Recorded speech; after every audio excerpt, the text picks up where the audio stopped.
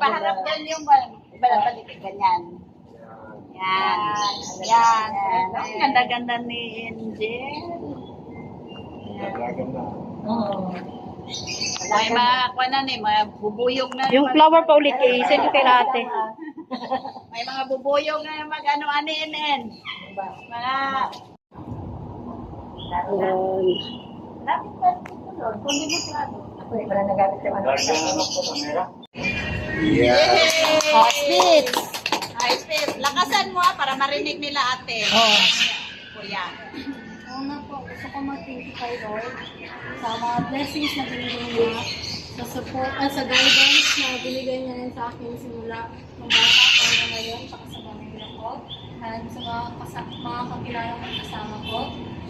So, gusto ko mag-thank you kay Mama sa mga sakripisyo na ginawa niya para sa akin, sa pag-aaral ko, at sa efforts, lalo na ngayon sa birthday ko. Kahit hindi siya yung debut talaga, at nag-effort pa rin siya para sa birthday ko ngayon.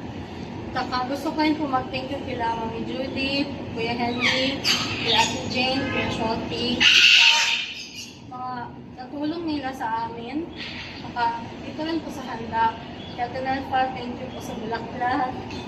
Saka thank you po sa mga nandito ngayon, tsaka sa mga bumati sa akin ng greetings, tsaka wishes nila. Yun lang. Happy birthday! Okay, una. Kain na. Sige na. Kanya na kayo kuha ng ano.